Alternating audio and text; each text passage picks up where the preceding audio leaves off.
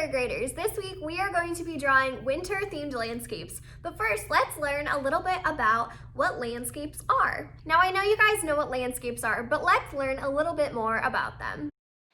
A landscape is the visible features of land. For example, they could be mountains, hills and trees, bodies of water, land, human-made structures, and weather conditions.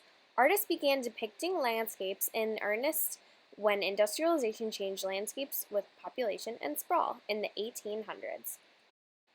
Landscape art is when an artist draws a landscape, so they can draw in any way that they want. They can depict it abstractly or using natural scenery where there's a main subject of elements in nature.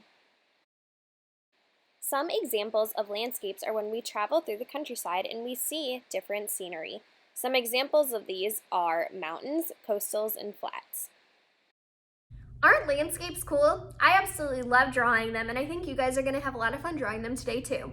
Our landscape today is going to be winter themed, which is so perfect because it just started snowing last week, and I think that this is going to look awesome. So today you're going to need a piece of paper, a pencil, and coloring supplies.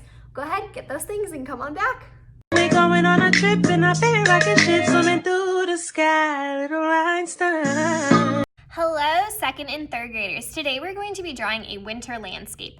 Now I just talked a little bit about what a landscape is, but I'm going to show you a little bit more on this piece of paper. The way we think about our landscape is we think of it in three parts. We think of the foreground, the background, and the main picture. So our foreground is the front area, and that's going to actually be the ground. So the dirt or the snow or whatever you are drawing. So we are going to be drawing a winter landscape today. So I'm going to draw a snow landscape foreground. So I'm going to draw some kind of just wavy lines at the bottom. We're just going to pretend that this is the snow. Now, something that you could also add after you draw snow is if you want to have some hills, you could have some hills in your paper. So I might want to have a sledding hill. So I'm going to draw a hill there, maybe another hill over here. Now this is what I'm going to call my foreground. Now we need to work on the subject. So I want to have some winter trees in my drawing. So I am going to draw some winter trees. Winter trees are very easy to draw. You start by drawing a triangle, just like this. And then you draw another triangle, but leave the top open a little bit right underneath it. And then you keep going until you reach the bottom, making the triangles bigger and bigger each time.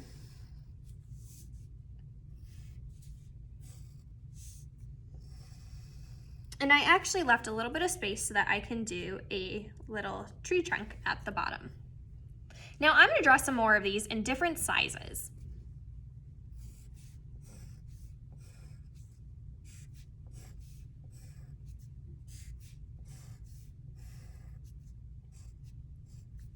And I might even draw some behind them. So to do that, you're going to start drawing like normal. But when you feel that you're about to run into another tree, you are just going to stop. So you stop at that line, start where you see an opening again, and then you close it, just like that.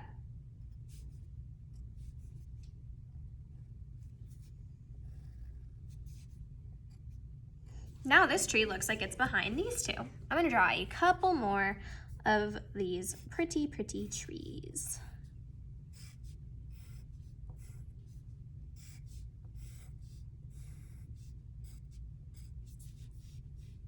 I'm even going to draw some really, really tall ones. Now remember, I accidentally went over this line a little bit, so I need to erase and be careful because this is in the behind area. So this tree is behind this tree.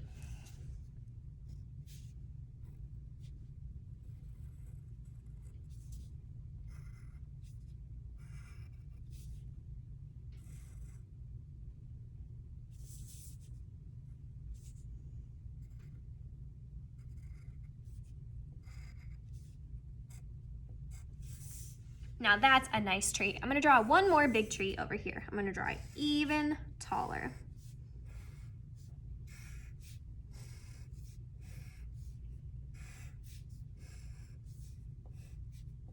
Remember, I'm not going through those trees. I am stopping where the tops are.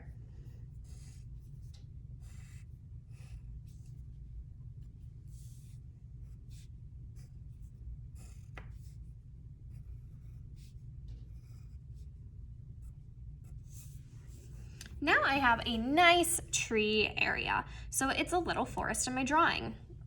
Now, if you want to stop here, you can, but I'm going to add some stuff in my background now. So I might want to have some snowflakes falling from the sky. So I'm going to draw some X's with some T's in the middle to make snowflakes. And you can make these even more detailed if you guys want to. Next up, I'm going to use a marker to outline all of the lines I already drew. So I'm just going to go over them with this marker to just kind of make them pop. If you don't have a marker, some other things you could use for this step would be a black crayon, a black colored pencil, a black pen would be a great option. Or you could just push a little bit harder with your pencil and then your lines would get a little bit darker. So I'm just gonna go over every single one of these lines, even all of those little tree pieces, to make sure that I can see everything in my drawing. Be really careful in this step not to accidentally draw where you're not supposed to, because you might mess up your lines, and then we are drawing with a material that is going to not be able to be erased. So we're using marker now, not pencil. I almost forgot to draw this line.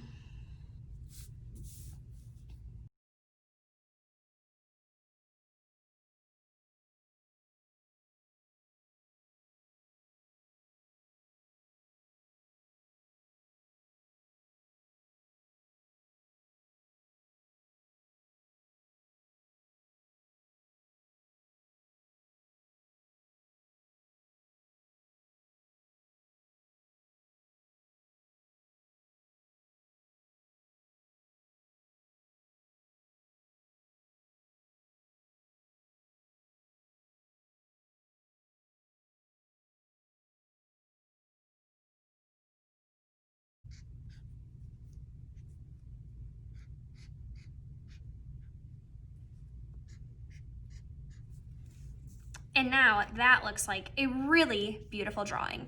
Now, if you guys don't want to color this and you want to leave it as is, that's fine, because I think this looks really pretty just how it is. But I am going to color mine. So go ahead, grab some either colored pencils or markers, and let's start coloring.